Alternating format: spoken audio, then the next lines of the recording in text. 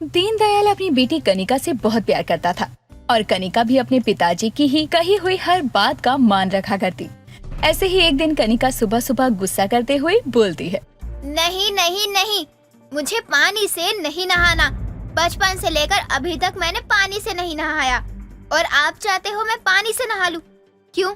आप लोगों को पता है, अगर मैं पिताजी को बता दूं कि आप लोगों ने क्या किया है तो आप लोगों की खैर नहीं। कनिका का गुस्सा देखकर वहाँ उसकी माँ रागिनी आती है और कनिका को चुप करवाते हुए कहती है, क्या बात है कनिका, क्या हो गया? अब बस भी करो गुस्सा करना, वरना तुम्हारी स्किन खराब हो जाएगी। माँ, आप मुझे डरा क्यों रही हो? आपको पता है आज इन्होंने मेरे नहाने के पानी में दूध नहीं डाला। आपको तो पता है अगर मैं दूध से नहीं नहाऊंगी तो मेरा शरीर काला हो जाएगा। ऐसा कुछ नहीं होता। किसने कह दिया तुझे अगर दूध से नहीं नहाएगी तो काली हो जाएगी? जो भी तुझे ये सब बता रहा है ना, एक नंबर का पागल है वो। माँ, ये बात मुझे पिताजी ने कही थी कि मैं दूध से नहाया करूं। अगर रोज दूध से नहाया करूंगी तो मैं हमेशा गोरी और सुंदर रहूंगी। अरे बाप रे, तू पागल और तेरे पिताजी भी पागल। तू जब से जन्मी है तब से तेरा रंग गोरा है, और वैसे भी तेरा रंग काला क्यों होगा? अरे माँ, आपको कुछ समझ नहीं आता। मुझे आपसे बहस ही नहीं करनी। अरे बस कर, अगर तेरी शादी होती है तो क्या तू अपने ससुराल में भी दूध से ही नहाया करेगी? हाँ माँ, मैं अपना ऐसा ससुराल ढूंढूंगी जहाँ दूध की कमी कभी महसूस नहीं होगी। देख लेना माँ, मेरे ससुराल वाले के पास दूध की फैक्ट्री होगी। ये लो, सपने तो इतने बड़े बड़े देखे जा रही है जैसे कि सच में तुझे ऐसा ससुराल मिलेगा। जाकर अब नहा ले। कनिका को बचपन से दूध से नहाने की आदत थी। ऐसे ही दिन गुजरते हैं। एक दिन कनिका को देखने लड़के वाले आते हैं। तभी कनिका लड़के वालों से सवाल करती है और कहती है, क्या आपके घर में दूध की चाय या फिर दूध पीते हो? वो क्या है ना, मुझे दूध से नहाने की आदत है। अगर आपके घर में दूध आता है तो मैं शादी के लिए तैयार हूँ। अच्छा, तो आप दूध से नहाती हो। आपको क्या लगता है ये अच्छी आदत है? बहुत गलत आदत है ये। आप दूध से नहाती तो हो, लेकिन उससे होता क्या है नहाकर? अरे आप क्या जानो दूध से नहाने के फायदे। आपको पता है दूध से नहाकर ही तो मैं इतनी सुंदर हूँ। शायद आप दूध से नहीं नहाते हो ना? हाँ जी, ये बात आपने सही बोला है। हम दूध से नहीं नहाते और हम दूध से नहाना चाहेंगे भी नहीं। हम तो बस यही चाहते हैं और यही करते हैं कि दूध से नहाने से अच्छा है उस दूध को किसी गरीब बच्चे को पिला दिया जाए। वो ज्यादा अच्छा होगा, क्योंकि गरीब का पेट भरेगा और आपको दुआ भी मिलेगी। हाँ, वो भी कर सकते हो आप। मैंने कभी किसी को खिलाने या पिलाने से नहीं रोका है और ना आपको कभी रोकूंगी, ठीक है? मैंने कब कहा आपको कि मैं आपसे शादी करूंगा? अरे आपसे क्यों करूंगा मैं शादी? मुझे ऐसी लड़की से शादी करने का कोई शौक नहीं है जो दूध से नहाती हो। खाने पीने की चीज की कदर तो है नहीं आपको। परिवार की क्या कदर करोगे आप? आपको तो बस अपने आप से मतलब है, चाहे दुनिया गड्ढे में जाए, उससे आपको क्या? क्यों, सही कहा ना मैंने? अमित की बात सुनकर कनिका को बहुत गुस्सा आता है और कनिका खुद जाकर रिश्ते के लिए मना कर देती है। ऐसे ही कुछ दिन गुजर जाते हैं। अब हर हफ्ते कनिका को देखने कोई ना कोई आता, लेकिन दूध से नहाने की बात सुनकर चला जाता। ऐसे ही एक दिन कनिका अपनी माँ से कहती है, माँ, अब मैं थक गई हूँ। अब मुझसे नहीं होता ये रोज रोज के नखरे। अरे मैं भी इंसान हूँ, आज नहीं तो कल हर हफ्ते कोई ना कोई देखने ही आ जाता है। अब बस अगर कोई लड़का शादी करना चाहेगा तो ये सवाल आप उससे पहले ही पूछ लो, ताकि मुझ तक बात ही ना आए। अब मैं क्या कर सकती हूँ कनिका? हर कोई मना कर देता है जब जब सुनते हैं कि उनकी होने वाली बहू दूध से नहाती है। उनको दूध से नहाने वाली बहू नहीं चाहिए, लेकिन तू है कि दूध से ही नहाना है तुझे। तो माँ, मैं क्या करूँ?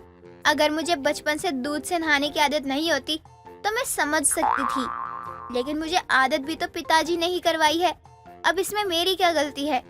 गलती किसी की नहीं है, गलती मेरी है। ये सब मेरे आंखों के सामने हो रहा था तो मैंने रोका नहीं, बस यही मेरी गलती है। अब पता नहीं तेरे पिताजी कैसा दूल्हा ढूंढ कर लाए। क्या पिताजी फिर से मेरे लिए लड़का ढूंढने गए हुए हैं? हे भगवान, कब ये नौटंकी खत्म होगी? मैं तो थक चुकी हूँ। कोई बात नहीं बेटी, मैं सब ठीक कर दूंगी। और अब सबसे पहले तो तू दूध से नहाना बंद कर दे, ये सारी गलत चीजें तेरे पिताजी ने तुझे सिखा रखी है। माँ बेटी बातें कर रहे थे, तभी वहाँ कनिका के पिता दीनदयाल आते हैं और खुश होते हुए कहते हैं, अरे भाग्यवान, तुम्हारी बेटी की किस्मत बदल गई। मुझे यकीन नहीं हो रहा, लेकिन मेरी बेटी के लिए बहुत अच्छा रिश्ता है। अरे मुझे भी तो बताइए कि कैसा घर है और लड़का कैसा है, उसके रिश्तेदार कैसे हैं? मैंने ये सब नहीं पूछा, मैंने बस ये पूछा कि तुम्हारे घर में दूध आता है, कोई चाय दूध कुछ पीता है तुम्हारे घर में? तो लड़के ने पता है क्या बोला? नहीं, मुझे नहीं मालूम कि लड़के ने क्या कहा। और आप ऐसे रिश्ता कैसे ढूंढ रहे हो? लड़के के घर में चाय पीने वाला कोई है या नहीं? हद है आपकी। अरे भाग्यवान, सुनो तो, पता है क्या बोला उसने? कि हमारे घर में दूध की कोई कमी नहीं है, जो भी बहू हमारे घर आएगी वो तो दूध से नहाएगी, ये समझो। तो आपने ये बात सुनकर शादी तय तो नहीं कर दी ना? वो क्या है ना, अगर गलत रिश्ता हो गया तो जिंदगी भर पछताना पड़ेगा। अरे भाग्यवान, हमारी बिटिया का मनपसंद लड़का मिला है, तो मना कैसे कर देता? और हमको भी उससे ज्यादा क्या ही चाहिए था, बस मेरी बेटी खुश रहे। अपने पिता की बात को सुनकर रागिनी सर पर हाथ रख लेती है, तो वहीं कनिका नाचने लगती है कि उसके पिता ने उसकी पसंद का लड़का ढूंढा था। ऐसे ही कुछ दिन और बीत गए और एक दिन वहाँ लड़का आता है और आकर बोलता है, नमस्ते जी, उस दिन आप मुझसे दूध की बात करते हुए कहाँ चले गए थे? मैंने आपको बहुत ढूंढा, तब जाकर आप मुझे मिले। भला ऐसे आधी बात करके कौन चला जाता है? देखो बेटा, मैं आपका नाम वगैरह कुछ नहीं जानता, क्या मैं आपसे कुछ पूछूं? अरे हाँ हाँ अंकल, आप मेरा नाम जानना चाहते हो ना? दरअसल मेरा नाम भूषण है। और क्या जानना चाहते हैं आप? पूछिए। बेटा, क्या तुम्हारी शादी हो गई? देखो, मेरी बात का बुरा मत मानना, मैं तो ऐसे ही पूछ रहा हूँ। अरे कोई बात नहीं अंकल, मैं आपको बता दूं कि मेरी शादी अभी तक नहीं हुई है। और हाँ, मेरी माँ अभी मेरे लिए लड़की ढूंढ रही है। जैसे ही उन्हें लड़की मिल जाएगी, वो मेरी शादी भी करवा देंगी। अगर बुरा ना लगे तो क्या तुम मेरी बेटी से शादी करोगे? वो क्या है ना, मुझे तुम्हारा बर्ताव बहुत पसंद आया, इसलिए मैं अपनी बेटी की शादी तुमसे करवाना चाहता हूँ। लेकिन अंकल, मैं कैसे क्या बोल सकता हूँ? वो क्या है ना, मैं अपनी माँ को बिना पूछे कुछ भी फैसला नहीं कर सकता। लेकिन बेटा, एक बार मेरी बेटी को देख तो लो, अगर तुम्हें पसंद ना हो तो बता देना, आगे बात नहीं बढ़ेगी। बेटी कनिका, ए बिटिया, जरा बाहर तो आओ, देखो तो कौन आया है। दीनदयाल के बाहर बुलाने पर कनिका आती है और जैसे ही भूषण कनिका को देखता है तो उसकी सुंदरता देखकर शादी के लिए झट से हाँ कर देता है। कुछ ही दिनों में कनिका की शादी भूषण के साथ हो जाती है। उसी शादी में अमित भी आया था और कनिका को देखकर भूषण से कहता है, अरे वाह भाई, क्या बात है, शायद तुझे किसी और ने अपनी लड़की दी नहीं, तभी तो तूने इस दूध से नहाने वाली लड़की को अपनी घर की बहू बना दिया। अरे ऐसा नहीं है अमित, शायद तुझे कोई गलतफहमी हुई है। कनिका बहुत प्यारी है। अच्छी बात है, प्यारी तो बहुत है, लेकिन तुझे कल के बाद ही पता चलेगा कि कैसे तू पछताएगा, समझा?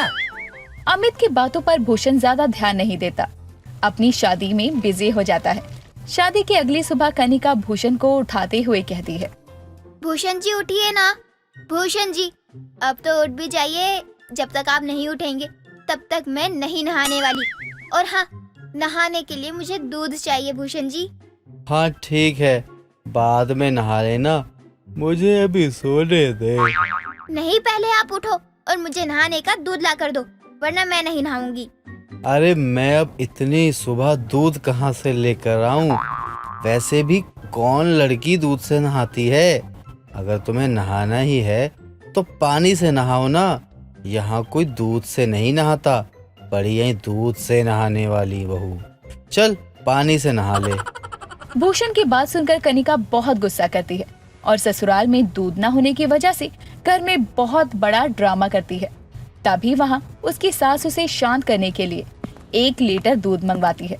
तब जाकर उसके घर की बहू दूध से नहाती है